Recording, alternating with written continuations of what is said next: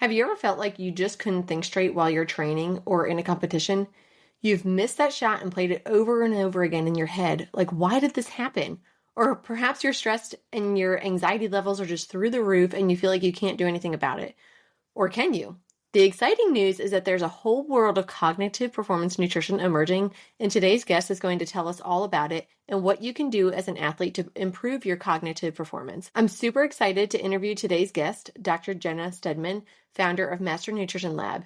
Dr. Jenna Stedman is a cognitive performance nutrition expert and founder of Master Nutrition Lab, a private practice and free platform for you to experiment with your nutrition to improve your brain health.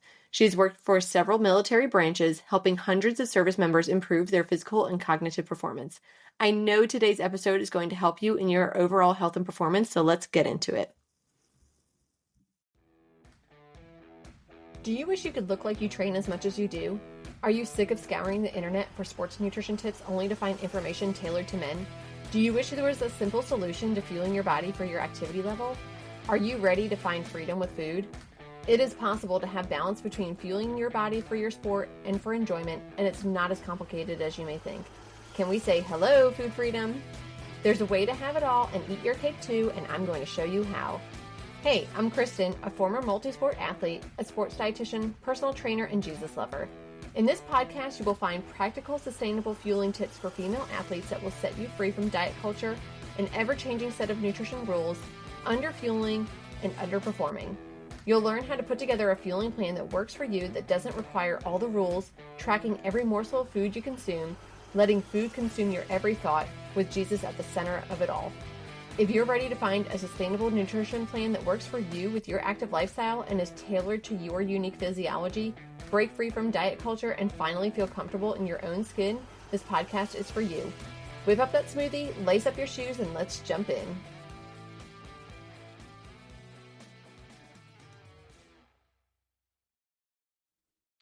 All right, so I'm super excited to have Dr. Jenna Stedman today with us. She's a cognitive performance nutrition expert and founder of Master Nutrition Lab, which is a private practice and free platform for you to experiment with your nutrition to improve your brain health.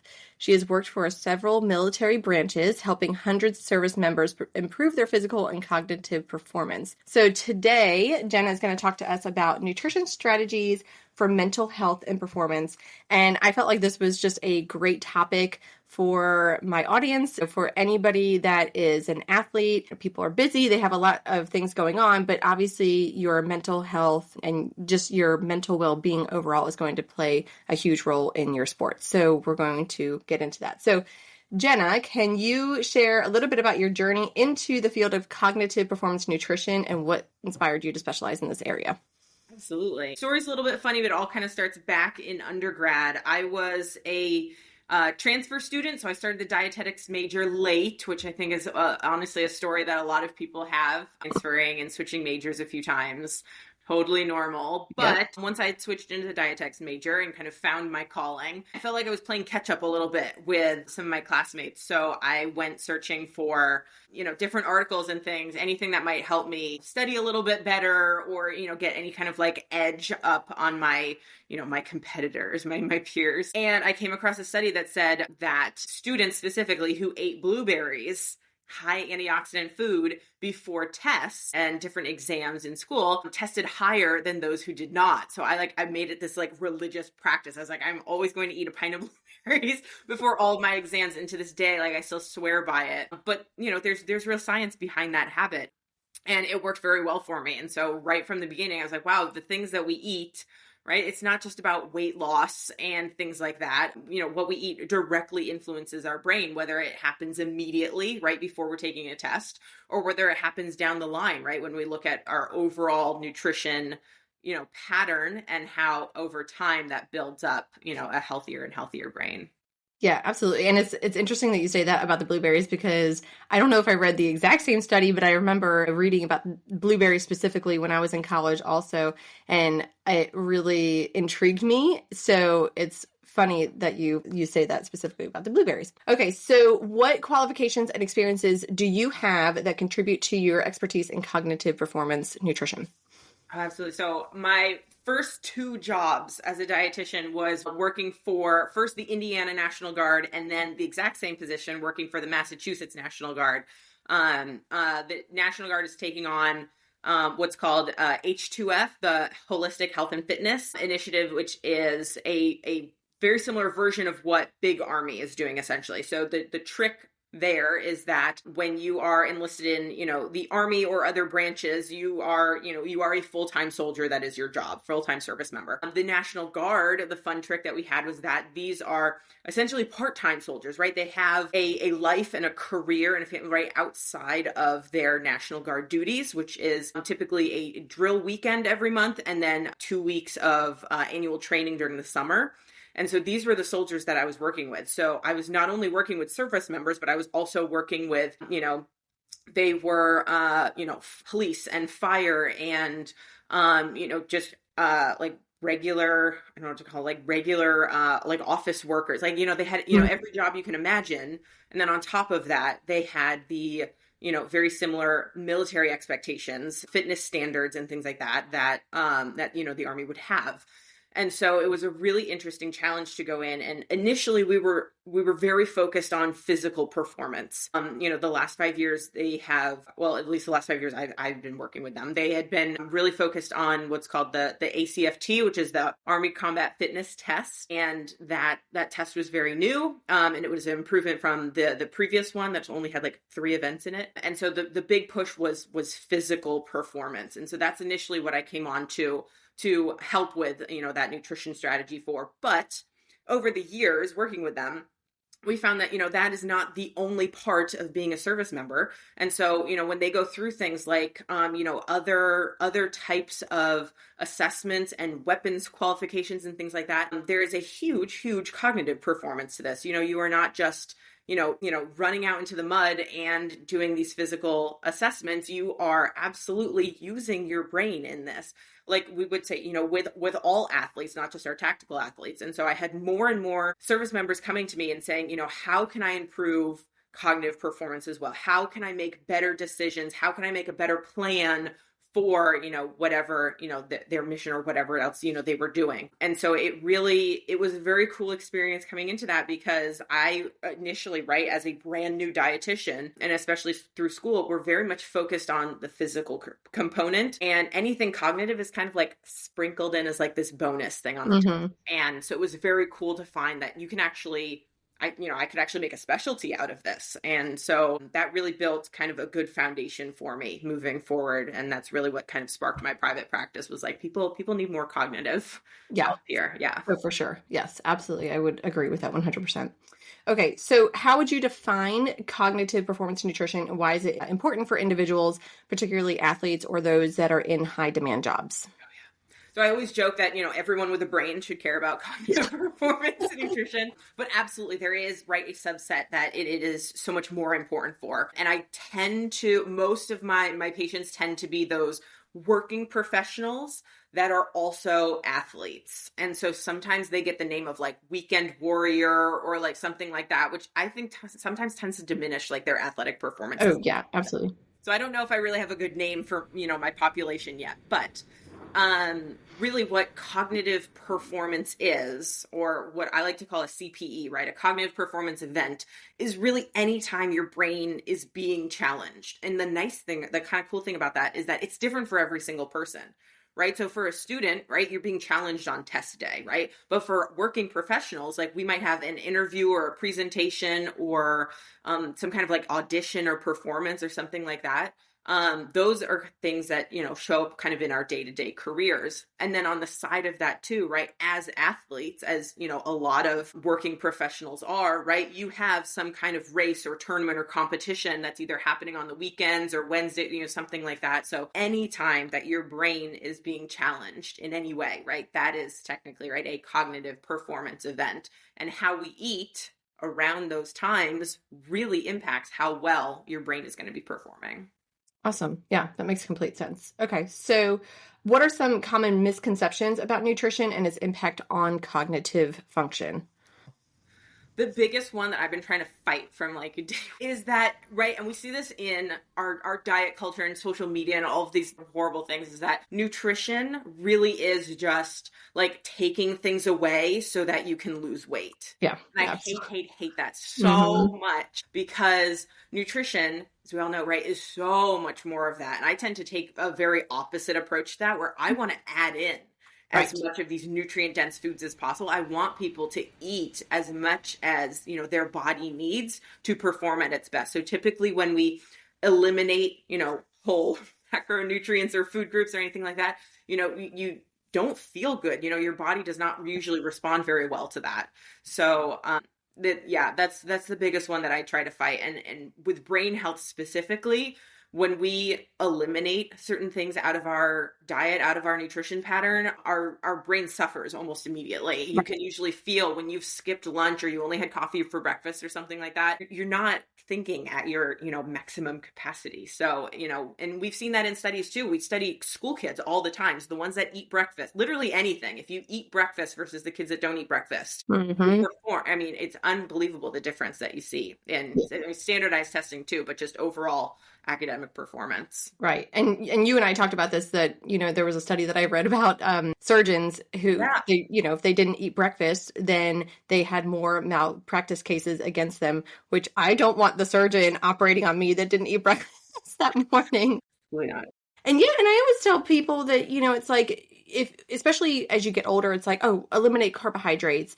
And certainly as when you become less active, you don't need as many carbohydrates, but you need carbohydrates for your brain to survive and do what it needs to do, because it runs off of glucose. Yeah, that's very, very interesting. And yeah, unfortunately, it's kind of counterintuitive to the way that we operate today. Okay, so how does what we what we eat influence our health and cognitive performance?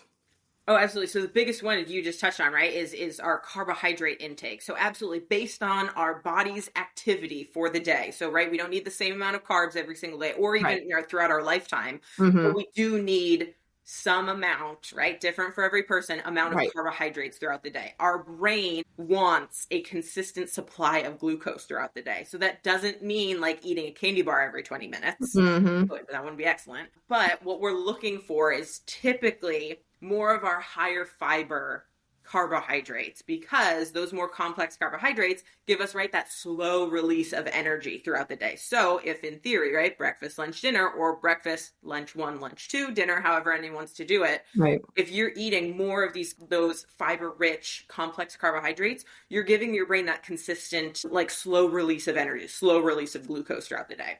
So that's what it wants. And that's what hopefully we try to plan for as best we can. But there are, of course, times when, you know, a quick spike of energy is going to be very helpful, right? So our more simple, low fiber carbohydrates, right before we exercise, sometimes even right before cognitive performance events, it can actually be very helpful. It's something we usually want to plan. So, right, so if you have a CP having like every single day, no, we probably want to focus more on our fiber rich. But if you, so that we're not eating, right, like a more simple carbohydrate like every single day in very large quantities right before you like take a test or have some, you know, something going on.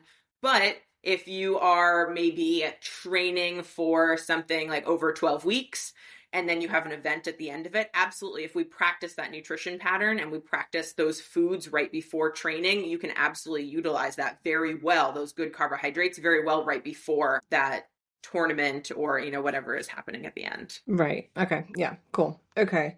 So can you elaborate on the relationship between specific nutrients like omega-3 fatty acids and antioxidants and how that relates to cognitive function? Oh, yeah. We have some fabulous research on omega-3s and different fats. I mean, even just looking at not just, you know, great brain performance, but overall like mood and anxiety and depression, things like that. We've had very cool studies showing that if we right, and we're looking at, again, like bird's eye view, tend to choose more omega-3 rich foods, we tend to see lower rates of anxiety and depression, or sometimes even just lessening the symptoms of, right? So if you're someone who has suffered from something like this for a long time and we switch up your dietary pattern a little bit, we can see less of these things, which is fantastic. I can't say like any one specific food is going to like cure depression. I wish it worked that way, but not quite. Also, right, with our antioxidant rich foods, I mean, we have great meta-analysis showing, right, that if you eat more of these fruits and vegetables, right, our antioxidant rich foods, that we see, right, lessening rates of anxiety and depression as well, which is a very cool thing. So if we think about even just our mood and how well we feel every single day, I mean, there are foods that can influence our brain in great ways. So here's something that's, related to that. It's maybe a little slightly off topic, but I know there's so much talk about now seed oils and refined oils and how they're horrible for you and that type of thing. And, they are contributing to omega-6 fatty acids versus omega-3s. And we do have this, most people have a imbalance of omega-3s to omega-6, but can you speak to that specifically on those refined oils? Does that negatively impact your brain health, your cognitive performance? Do you know anything about that as of yet? Yeah, so far, we do not have any conclusive evidence saying that seed oils specifically are doing damage to our health. So as of right now, I can't make any kind of recommendation saying like, these are evil, stay away from them. Right. However, exactly to your point, right? They do give us more omega-6s than omega-3s. So if we're looking at our bird's eye view, what kind of 3, 4, 6 months of our nutrition pattern looks like, if we're choosing more of these versus like avocado or, olive oil, something that's going to give us, more omega-3s, then yeah, we can, typically that pattern does often show some diminished health symptoms, things like that. So it's not excellent, but to say that one food is evil and the other, yeah, that's not exactly what we're promoting as a dietitian. So yeah, absolutely. That is something that we see oftentimes. People who are typically not nutrition experts will make claims like that. As of right now, we just don't have any evidence to back it yet. So I'm sure we're going to see some fabulous studies come out that are going to give us a better answer as to this. But absolutely, if you look at the kind of standard American diet, the average North American diet is we are seeing that most people are getting more than enough, all right, of these omega-rich foods and not nearly enough of our omega-3s. And that's something we've known for a long time, that our omega-rich foods are very health protective and very brain protective versus our omega-6s. So if we're looking overall, absolutely we want to try to improve that balance a little bit there in that ratio. But there's no one food that's going to destroy our health. So it makes complete sense. Don't jump on the bandwagon of banishing them forever, but at the same time, we want to have some balance there. Okay. So what are some simple dietary changes that individuals can make to improve their cognitive performance? Oh yeah. So the biggest one, well, actually there's really two that I see in my patients that have kind of the biggest impact. And the first one is hydration. And I think a lot of the time that tends to be the one that's kind of forgotten in nutrition, unfortunately. And so really just figuring out how much water, right? How much hydrating liquid you need on an average day and on a training day, and how much extra you might need when you're running or doing whatever. And then trying to stay kind of within that range as best you can. Hydration usually, has kind of the biggest kind of wake up for our brain, which is kind of a cool one. And then the second one that I see kind of the biggest changes with is just not skipping meals. They're literally eating anything, which sometimes people are so shocked by. They're like, no, you should be like really pushing blueberries. What about the blueberries? Sorry. Like, yes. But think about not skipping meals though, like just eating breakfast, lunch, dinner, or breakfast, 2 lunches, however you want to split up, getting enough snacks throughout the day, like just eating enough is so tremendously helpful. And I know for a lot of people, that's a big struggle. That's usually like step 2 in my counseling process is we kind of get to that point. And that's when we have to do a lot of brainstorming, right? We have to figure out, okay, is there, a meal prep that is going to work very well for them? Is lunch very hard to get? Have they been skipping breakfast forever? So now they think they're not hungry in the morning. How do we retrain the body to want food again? So it definitely, it doesn't happen overnight, but if you can kind of get into those practices of either having food ready to go or just, eating literally anything, just get a banana in the morning, something, that's going to be a huge help. Yeah. I 100% agree with all of that. And especially with our day and age with like intermittent fasting, I mean, I've had so many people contact me and, they're fasting 16, 18 hours a day. Yeah. And it's like, they're saying, well, that used to work for me, but now it's not. And it's like, well, your body can only keep up for so long. So, yeah. Okay. All right. Now, how can busy professionals or athletes incorporate cognitive performance nutrition into their daily routines without feeling overwhelmed? And that's I love that you said without feeling overwhelmed, because a big part of nutrition is I don't want anyone to create stress with it. Yes. Right? We have enough things going on. I know nutrition is really exciting, and sometimes when we learn new things, we want to like overhaul our whole diet. But the best thing I would say is pick one thing, right? Pick one thing that you're going to make into a very normal habit for you. So if you're going to start with hydration, which is usually my first step with everyone, figure out what you want your kind of ideal day maybe, or even targets of hydration are going to be, and then do that, right, for as long as it takes, right? Sometimes people take, it takes 22 days, or it take, however many days to like make a normal habit. Do this for however long it takes you for this to feel really normal, so that you don't even have to think about hydration anymore, right? And it might not go perfectly every single day, but if most days you can be pretty close to your goal, then that's going to start to feel really normal for you. And so once maybe hydration or whatever your first goal is, then we can kind of move on to other things. So I think oftentimes, people come in, they're like, I need to just reset everything. We're coming into, January 1st. Everyone wants to do a, New Year's resolution and cleanse and detox and all of these things. Please don't buy any of those cleanse or detoxes.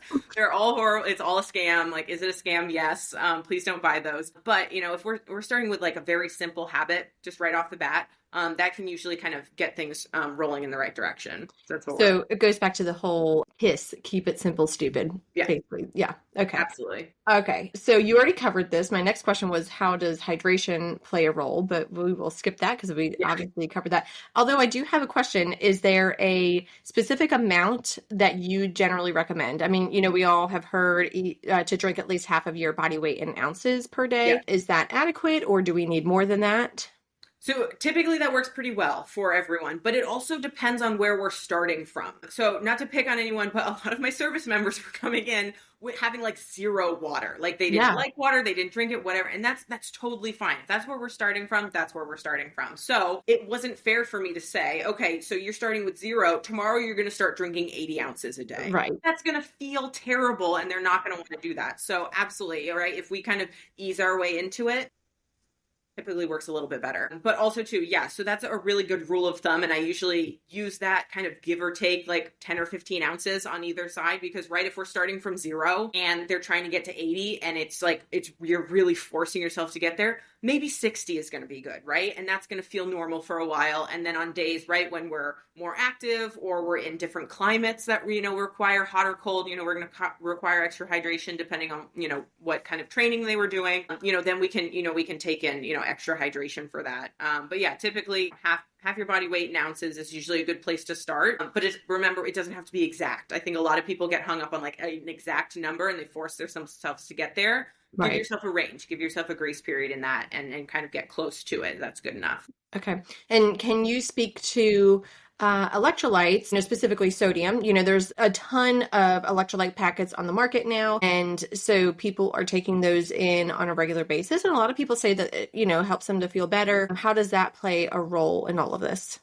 So in my practice, what I have seen is a lot of people just drinking electrolyte packets because, right, they like the taste or they think they need some extra, they feel better. Typically, you're going to feel better from the hydration itself and not from the extra sodium, the extra electrolytes. Electrolytes, we don't actually need extra until we've lost them. So oftentimes I see athletes come in and like preloading and they're getting their electrolytes before they even like step on the field. And if that feels good, fine. It's not really hurting you unless you kind of go overboard with it. But until you start sweating, right, those electrolytes, they're not doing anything. So electrolytes are meant to, like, those packets are meant for replacement.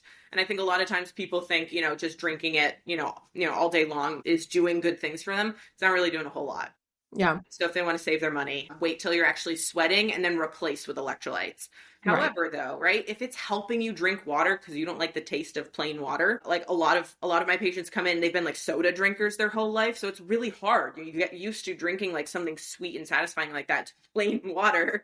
Yes. That's a big difference. So if there's some kind of, hydration flavoring, that's helping you drink more water, that's okay too. I usually get people to do like half a packet or something, just like lessen it a little bit. I don't want people going like overboard and getting too many Right. electrolytes. Yeah. Or even adding like just a little pinch of salt to your water is going to help, because that can also stimulate your thirst mechanism. But it's not, this like, LMNT is 1,000 milligrams of sodium. And I mean, really, yes, it is a lot. If you are not an athlete that is, or I mean, even if you are an athlete, but like you're not in training right now, chances are you don't need that much at one particular time. So, yeah. Okay. All right. So let's see what else. Now, how can nutrition impact mental clarity and focus during training and competition? Oh, yes, this is huge. So oftentimes during any kind of like athletic like competition or anything like that, as soon as your body, right, starts moving, starts performing, you are headed into a depletion zone, right? Unless you start, replenishing carbohydrates lost, hydration lost, electrolytes lost, things like that. So as soon as that process, as soon as you start working, as soon as you start performing, your brain is also, right, it's still searching, it's always searching for that glucose. So this is why a lot of times people get hung up on sports drinks have sugar in them. It's supposed to be there. It's supposed to be there. So things like, right, any of these products that have sugar, these are the types of drinks you actually want to be consuming while you are competing. So I cringe sometimes when I see a lot of like sports teams even trying to promote the non-sugar version. I'm like, you're just asking for. I have personal stories of that. Oh yeah, it's bad. So anyway, so the sugar is supposed to be in there, right? It's going to be quick digesting. It's going to immediately replenish almost immediately replenish, the carbohydrates lost. And your brain is desperately wanting that. So if we are not replenishing those carbohydrates during that time, that's when we can see, diminished focus and attention and things like that. And we have some really cool studies and a couple of meta-analysis, like looking at things like that, where we can really see, accuracy and things like that, diminish throughout different time periods of athletics versus when we are replenishing those carbohydrates with that sugar, how much performance and especially cognitive performance really, really can improve. Yeah. Okay, cool. All right. Now, what are your recommendations for post-workout nutrition that supports both physical recovery and cognitive function? Yeah. So our cognitive replenishment essentially is actually going to be very similar, and it's really just the same thing as what we would do for physical performance. So after an hour of running around, doing whatever type of athletic performance, you're going to want to replenish hydration, right? Because you used a lot of water, so you need to replenish that. We're going to replenish carbohydrates, and again, right, this typically, if we're trying to replenish quickly, we want it to be a little bit more simple with a little less fiber in there. Muscle recovery, we do want some protein. Our brain doesn't need as much protein, but it's certainly not a bad idea. But oftentimes I see people, like, as soon as they're done working out, the only thing they're thinking about is protein. Wait, there's other things too. Yes. And then just depending on, right, if you're a heavy sweater or depending on what you were doing, or if it was an hour or longer, like we want to start thinking about electrolytes as well a little bit. Typically though, right, eating a salty snack, like getting like peanut butter pretzels or something post-workout, that can sometimes be enough depending on that. But I really love doing sweat testing with a lot of my athletes because it's amazing the variety that you can see. Like I've seen people who are, totally normal, average sweating, like they can eat pretzels, they'll be fine. And then I have worked with some ultra runners who are just the heaviest sweaters I have ever seen. There was one patient that I had, we tested twice because I thought it was an error. And I was like, no, you're just like really sweaty. Yes. So we had to make a very specific plan for this person to make sure that they were actually replenishing with everything that they needed. It was a bit much. It was impressive. I had an athlete that literally dumped salt on a pancake after a bike ride because she was so depleted in salt. And I think it's the most hilarious story. But I mean, she was a heavy sweater and you do what you got to do. Right. Do you just do the standard sweat test, weigh yourself before and after training, or do you recommend going and getting an actual sweat test done somewhere? So I don't work with any like specific lab or any kind of company that does sweat testing, but I've had a few different athletes who have found it on their own, and it's like the sweat patch. I know like there's a few different companies that do it now. They're basically all the same. I've been trying to find if like one was better than the other, but they're kind of all doing the same thing right now. But they'll get sweat patches on their own, and so we'll test, try to find a workout day that is going to be as similar as possible to race day that day to try to see if we need to adjust anything for race day. Okay. All right, cool. All right. Now, what are some common challenges that people face when trying to optimize their nutrition for cognitive performance? Challenges. So I'll say there's kind of either end of the spectrum that tends to be our two biggest challenges is either people just don't have access to a lot of these cognitive performance foods, right? You live in a food desert, or you're traveling a lot, or maybe you're a student and you just don't, like, your parents aren't buying it, or, whatever's happening. Like, if you are basically in some way, you don't have access, you don't have control over the food that you're eating, that can be a bigger problem, right? So I always joke, right? I would love it if everyone could eat, a blueberry smoothie every single morning, right? But if we don't have access to those foods, like, that's going to create a lot of stress for you, and that's not going to be helpful. So if we don't have access to a lot of these brain foods, like that can be a big challenge. And we have, a lot of great meal delivery and grocery delivery, different kind of companies that are trying to combat this as best as possible. It is actually, thank you, COVID. Yeah, it's a huge problem in our country that, a huge portion of Americans, I think it's still like 1 in 5 or 1 in 6 kids, go hungry. It's awful that, we can't figure out how to feed everyone in America. It's unbelievable. Different, I can talk about that a different day. But So that's kind of one end of the spectrum is, right, is if we can't get access to a lot of these brain foods, that's a big challenge.